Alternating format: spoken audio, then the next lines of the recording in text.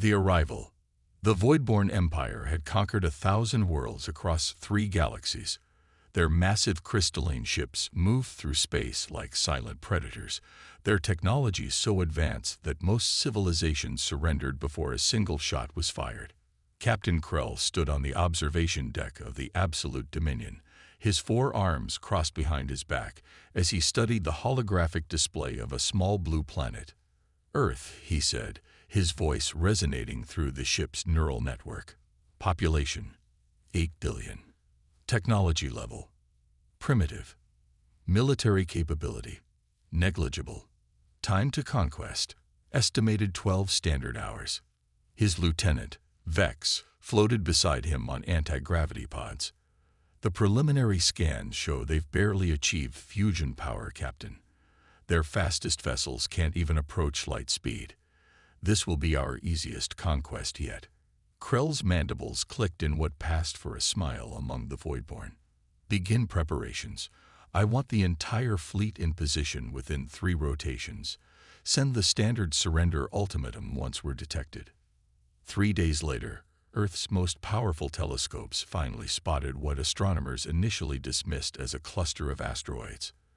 Dr. Sarah Chen was working the late shift at the Arecibo Observatory when her computer started screaming alerts. The objects were moving in perfect formation, decelerating at impossible rates. "This can't be right," she muttered, running the calculations again. The objects were massive, each one the size of Manhattan, and they were clearly artificial. Her hands trembled as she reached for the emergency contact button. Within hours, every major government on Earth was in crisis mode. President Maria Rodriguez sat in the Situation Room, surrounded by military advisors and scientists. "How long until they reach Earth's orbit?" she asked. 72 hours, Madam President," General Thompson replied. "We've attempted communication on all frequencies. No response yet. Our military options." Thompson's face was grim, non-existent. "Their technology is centuries ahead of ours.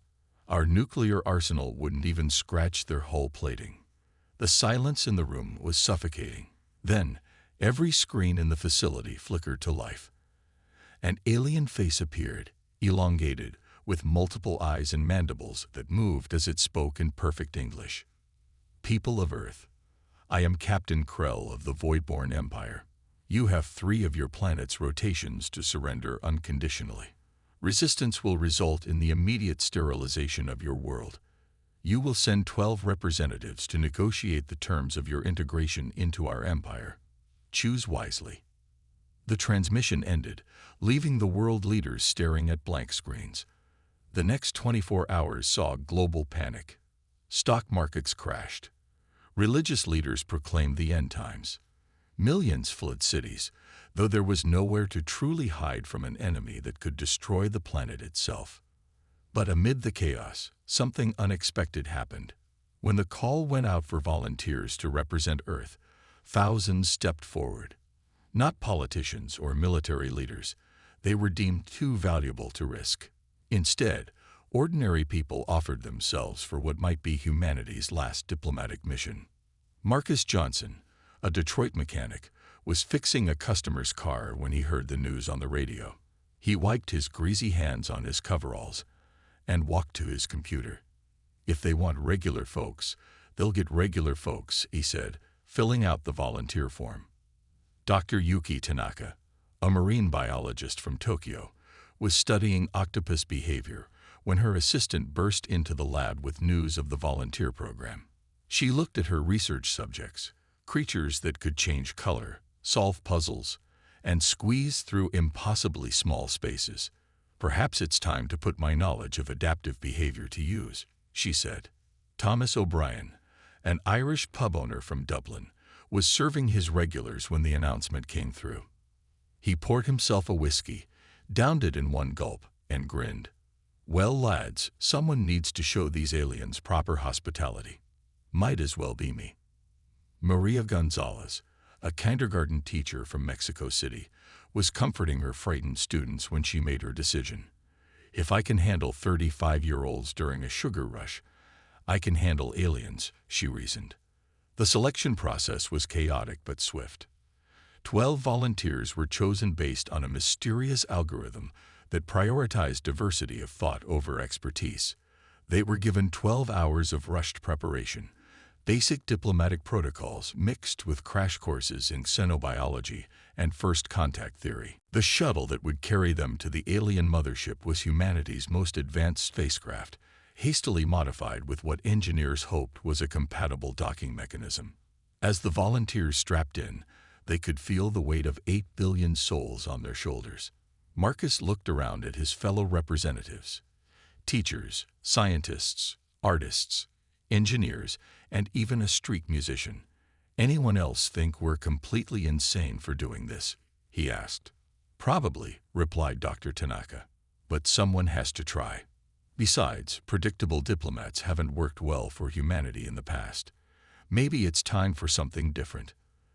The shuttle launched without fanfare. Most of Earth's population was glued to their screens, watching the tiny craft approach the massive alien fleet.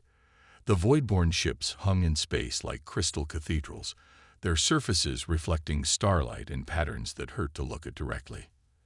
As they approached the mothership, the shuttle pilot's voice crackled over the intercom. "Docking sequence initiated. Whatever happens next, it's been an honor flying you folks." The docking was surprisingly smooth. As the airlock hissed open, the 12 humans found themselves staring down a corridor that seemed to stretch forever. The walls pulsed with an inner light, and the air smelled faintly of ozone. At the far end of the corridor stood a delegation of Voidborn. They were taller than expected, with crystalline skin that shifted color like oil on water. Their 4 arms were folded in what might have been a formal pose, and their multiple eyes focused on the approaching humans with unsettling intensity. Maria Gonzalez took a deep breath and stepped forward. Behind her, Thomas O'Brien muttered what sounded like a prayer in Gaelic. Dr. Tanaka was discreetly observing everything, her scientific mind cataloging details despite her fear. Marcus flexed his fingers, a nervous habit from years of working with his hands. Captain Krell studied the approaching humans with confusion. These were not the military leaders or politicians he had expected. They moved without formation, their clothing was inconsistent, and one of them appeared to be carrying what looked like a musical instrument. Had Earth misunderstood his instructions? As the two groups faced each other, the fate of Earth hung in the balance. The Voidborn had conquered 1,000 worlds, but they had never encountered anything quite like humanity's chaotic creativity and stubborn refusal to follow expected patterns. The first phase of humanity's greatest challenge had begun, and already things were not going according to anyone's plan. The unexpected defense. Captain Krell gestured to a vast chamber beyond the corridor. "Follow," he commanded, his translator rendering the word in multiple Earth languages simultaneously. The chamber was magnificent, a perfect sphere with no visible floor, walls, or ceiling. Gravity seemed to operate differently here, allowing both groups to stand on what felt like solid ground despite the absence of any surface. "Welcome to the negotiation sphere," Krell announced. "Here, the terms of Earth's surrender will be discussed." Maria Gonzalez, the kindergarten teacher, raised her hand instinctively. Krell's multiple eyes focused on her with what might have been surprise. "You have a question already?" "Yes," Maria said, lowering her hand with slight embarrassment. "Where are the chairs? Some of us have been traveling for hours." The Voidborn delegation exchanged glances. Krell's mandibles twitched. "Chairs. The negotiation sphere requires no physical supports. The gravity fields." "That's all well and good," interrupted Thomas O'Brien, the pub owner, "but we humans like to sit when we talk. It's how we show we're settling in for a proper conversation. Standing around like this feels like we're about to have a row." Dr. Tanaka noticed something fascinating. The Voidborn seemed genuinely confused by these simple requests. Their crystalline skin shifted colors more rapidly, possibly indicating emotional responses. She made a mental note.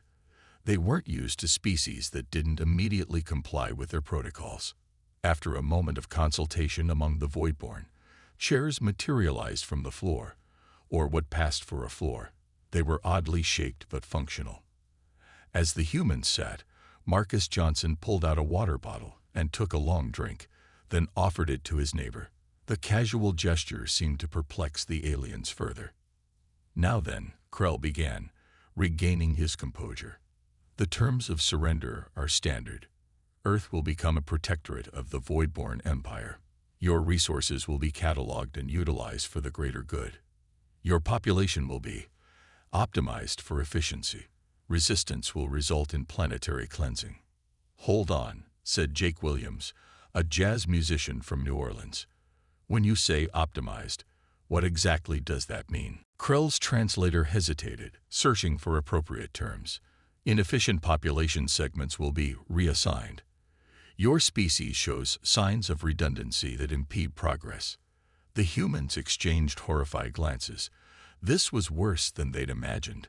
Not just conquest, but selective genocide.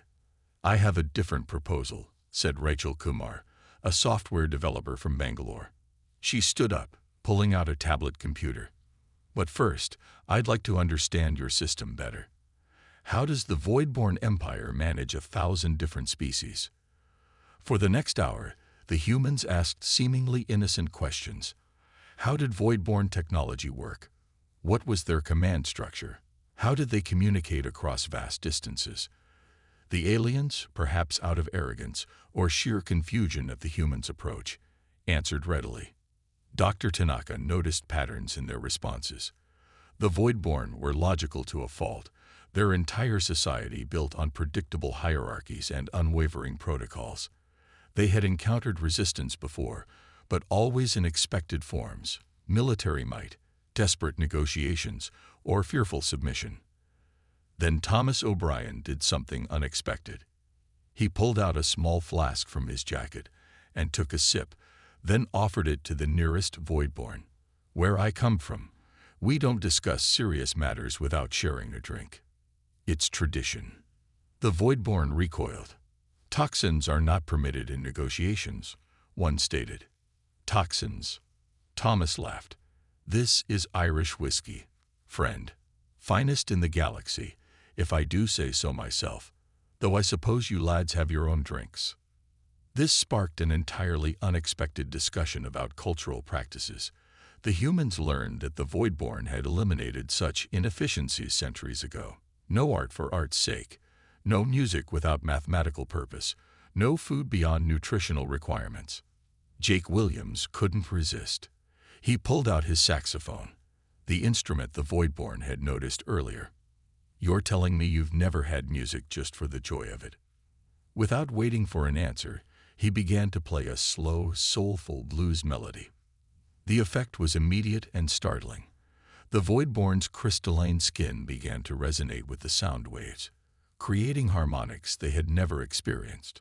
Several of them stepped back, their colors shifting rapidly through spectrums the humans had never seen. What is this sensation?" Krell demanded, his voice shaking. "It's called emotion," Maria said gently. "It's what makes us human." The negotiations took an unexpected turn. The humans began demonstrating what they called cultural exchange. Marcus showed them human engineering, not advanced by Voidborn standards, but creative in ways they hadn't imagined. He explained how humans often solved problems with whatever was at hand, creating innovations through limitation rather than abundance. Rachel demonstrated human humor, telling jokes that required understanding of context, irony, and absurdity. The Voidborn's literal minds struggled with the concept, but something in their reactions suggested curiosity rather than dismissal. Dr. Tanaka shared videos of Earth's biodiversity: octopi changing color, dolphins playing, birds dancing in courtship rituals. "You say you optimize everything," she said, "but look at the beauty that comes from chaos and variation." Hours passed. The formal surrender negotiations had devolved into something else entirely: a genuine cultural exchange. The Voidborn, for the first time in their long history of conquest, were experiencing something they couldn't quantify or categorize. But Captain Krell, trained for millennia in the art of conquest, finally reasserted control. Enough. These demonstrations change nothing. Earth must surrender or face destruction. The humans fell silent. Then Anna Petrov, a climate scientist from Russia, stood up. "We have a counter-proposal," she said. "Instead of surrender, we offer partnership." Krell's mandibles clicked dismissively. "The Voidborn do not partner with primitive species." "But that's just it," Anna continued. "Yes, we're primitive by your standards. But we've survived ice ages, plagues, wars, and our own stupidity.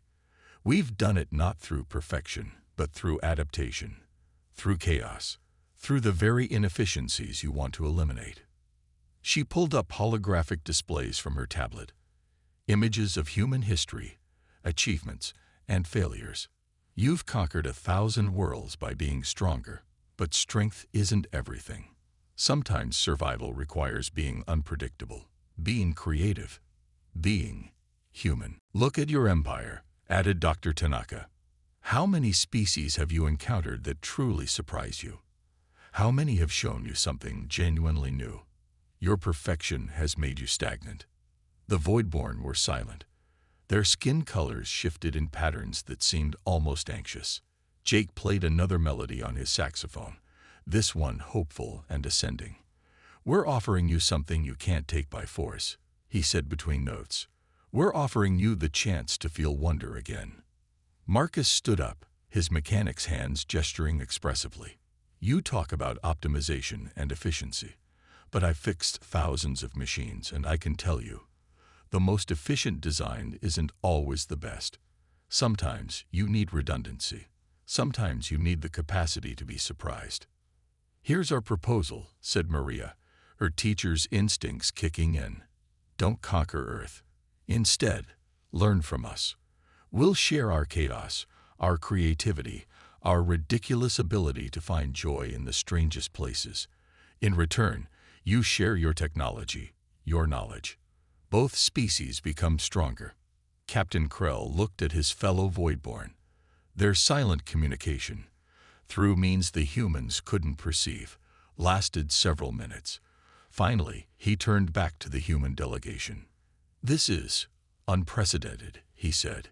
"In our entire history, no species has responded to our ultimatum with education, with entertainment, with offering us something we didn't know we lacked." "So," prompted Thomas, grinning, "what'll it be? Destruction or drinks?" Krell's mandibles arranged themselves in what might have been the first Voidborn attempt at a smile. "The High Council will need to deliberate, but perhaps there is wisdom in exploring alternatives to our traditional methods." The next few hours were tense. The Voidborn deliberated while the humans waited, sharing stories and jokes to keep their spirits up. Finally, Krell returned with news that would reshape galactic history. "The Voidborn Empire accepts Earth's proposal for cultural exchange and mutual development," he announced. "For the first time in our history, we will attempt cooperation rather than conquest." The humans erupted in celebration. Jake played a victory tune. Thomas finally convinced a Voidborn to try his whiskey. They found it fascinatingly inefficient. Maria organized what might have been the galaxy's first interspecies group hug, though the Voidborn participated awkwardly. As the human delegation prepared to return to Earth with the news, Captain Krell pulled Dr. Tanaka aside. "Your species is confusing," he admitted, "but perhaps that is what the galaxy needs. We have achieved perfection in order and efficiency, but we had lost something we didn't know existed: the capacity for surprise." 6 months later, Earth had become the galaxy's first cultural exchange world. Voidborn scientists worked alongside human artists. Human musicians performed in crystalline concert halls on distant worlds. Children of both species learned from each other, the Voidborn teaching advanced mathematics and physics, humans teaching the beauty of finger painting and imagination. The empire that had conquered through force had discovered something more powerful: the chaotic, beautiful, inefficient miracle of human creativity. And in return, humanity gained the stars, not as subjects, but as partners in the vast cosmic dance. Captain Krell, now Ambassador Krell, stood with Maria Gonzalez on the observation deck of the newly constructed Earth Station 1. "Your species should have been our easiest conquest," he mused. Maria smiled, watching human and void-born children playing together in the zero-gravity recreation area. "That's the thing about humans," she said. "We're never quite what you expect us to be." And across the galaxy, the word spread. Earth, the little blue planet that had faced destruction and responded with saxophone music and Irish whiskey, had changed the very nature of the Voidborn Empire. It was humanity's first warning to the galaxy, and as it turned out, it was also their greatest triumph. The universe would never be the same. Retroclaude can make mistakes. Please double-check responses.